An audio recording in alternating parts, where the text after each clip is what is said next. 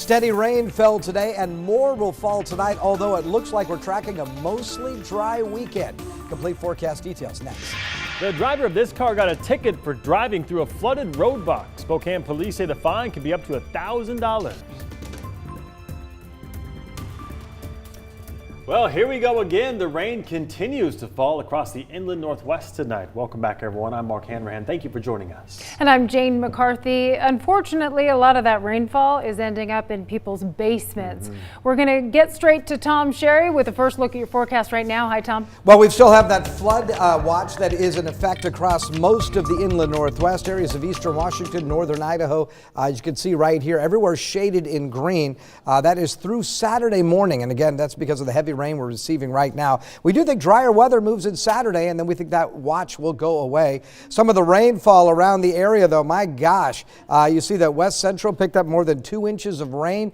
Garfield area picked up, this is from yesterday's big storm, picked up almost an inch of rain in just 20 minutes. Deer Park got 1.5 inches of rain, and Post Falls picked up more than 1 inch of rain. So obviously there was a lot going on here at the KREM 2 studios during last night's storm. We picked up about 1/2 inch of rain. And we continue with the rain. It's dry out in central Washington and in western Washington, but it's just hanging around eastern Washington, northern Idaho, and southwestern Montana. More rain expected overnight, down to 43.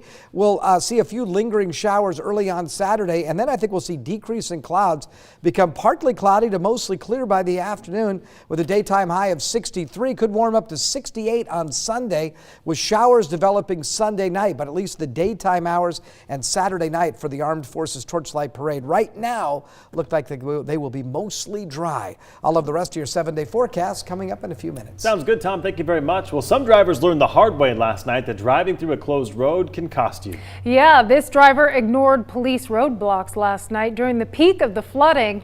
After her car got towed, she got a $1,000 ticket. KREM 2's Amanda Broly explains the consequences you could face for doing the same.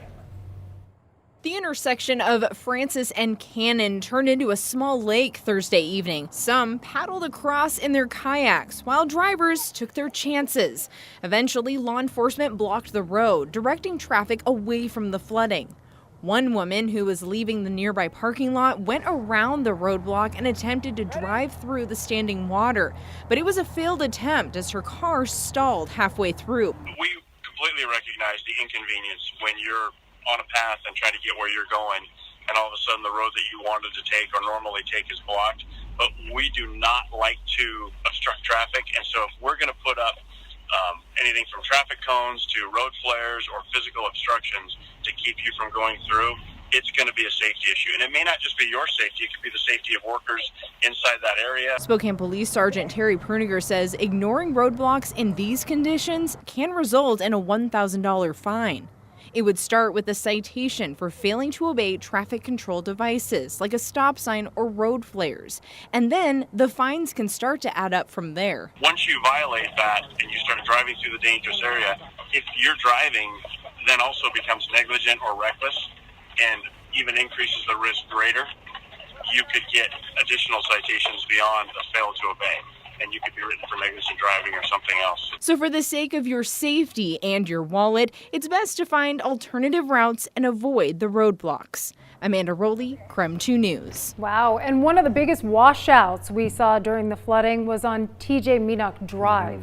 So this is video from a KREM 2 viewer. You can see the cars struggling to get up the road there, and the water was strong enough to push a couple of those cars back down the hill. Well, tonight city crews are still trying to clean up the mess left behind. KREM 2's Casey Decker is there right now with an update on the progress. Casey? Hey guys, as you saw there yesterday, this drive was a mess, and I'm standing basically where I was yesterday, and yesterday there was a ton of rubble under my feet. Today I'm in the middle of the road, which by the way, this lane is closed right now, and they've cleaned up all the rubble off the road. So they've got it pretty much contained to just the area that's over here on the sidewalk and kind of this cliff-like area right now. They do still have one lane of traffic closed. It's the lane going down the hill to the far right, but both lanes going uphill and one of the other lanes going downhill, those are now open. And so right now this drive is significantly clearer than it was yesterday. Although if you take a look over on the side street near TJ Meanock Drive, you can see there's like a large pot pothole, and that's the result of yesterday. The sewage overflow was causing these like gushers that knocked manholes out of their spots, and so those neighbors over there were not too happy to see that. But anyway, TG Minock Drive cleaner than it was, still one lane of traffic closed, so a bit of traffic on TJ Minock Drive, but for the most part, nothing like we were seeing yesterday, for sure. All right, Casey, thank you. And we should point out where he was standing, that lane was blocked off, so he was not standing in traffic. Okay, while Washington doesn't see severe weather nearly as often as other parts of the nation, the inland Northwest does see its fair share. Meteorologist Thomas Patrick looks back at what constitutes severe weather and how often it hits our area. The inland Northwest saw its first batch of severe storms on Thursday. For our area, this is normal to see strong storms in the spring and summertime. Typically, between May and September are the months we see severe weather, and each year comes with a handful of warnings issued by the National Weather Service. The average number of severe thunderstorm warnings issued by NWS Spokane is about 19 per year. However, the past 2 years have been unusually quiet, with only 8 severe thunderstorm warnings issued in 2018 and only 5 in 2017. A severe storm is defined by having either damaging winds, wind gusts of 58 miles per hour or stronger, or hail at least the size of quarters, though on occasion the inland Northwest can see golf ball size hail. Tornadoes also count as severe weather. The last tornado to touch down in the inland Northwest was near Airway Heights on August 16, 2016. When forecasting severe weather events, the Storm Prediction Center releases a severe weather outlook. The expected frequency and intensity of severe weather on any given day is ranked on a scale from 0 to 5, with 5 being the most extreme. The problem, though, is that this is a nationwide product, and I would be shocked to see anything above a Category 3 enhanced outlook be issued for the inland Northwest. So while a marginal risk is considered a low-end threat for Oklahoma, in Washington, that means there's a real chance for severe storms with hail and damaging winds. Meteorologist Thomas Patrick, KREM 2 News. Well, aside from all the flooding yesterday, there was also thunder and lightning during that storm. And check this out. A viewer near State Line says lightning hit this tree and it burned all through the night. And this wasn't the only lightning sparked fire last night. There were reports in Cheney, Tyler, and Okanogan County as well. All 3 were either trees or grass that burned, and fortunately, they were all capped to less than an acre apiece. In other news tonight, Spokane's Major Crimes Unit is investigating the disappearance of a man from a Walmart on Saturday.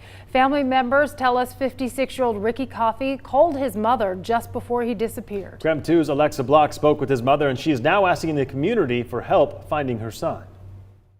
56-year-old Ricky Coffey was last heard from leaving this Walmart here in North Spokane. His mother says that she believes that he was picking up her some Mother's Day flowers, but he never made it home. She says that, of course, the family is devastated, and she was too upset to talk in person, but we did speak on the phone, and she just wants to know what happened. Ricky's just a very caring person, cares about people. Frida Arocho has so many things to say about her son, Ricky. Very outgoing, very personable, and he's just a kind-hearted person. He's really especially good to me.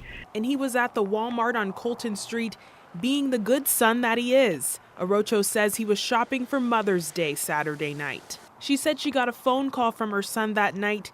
He was upset. He told her he argued with someone about his sexuality. She told him to cool off before he started driving back home, but Ricky wouldn't make it there. His family filed a missing persons report, but the investigation really ramped up after his car was found abandoned miles away near Spokane Community College days later.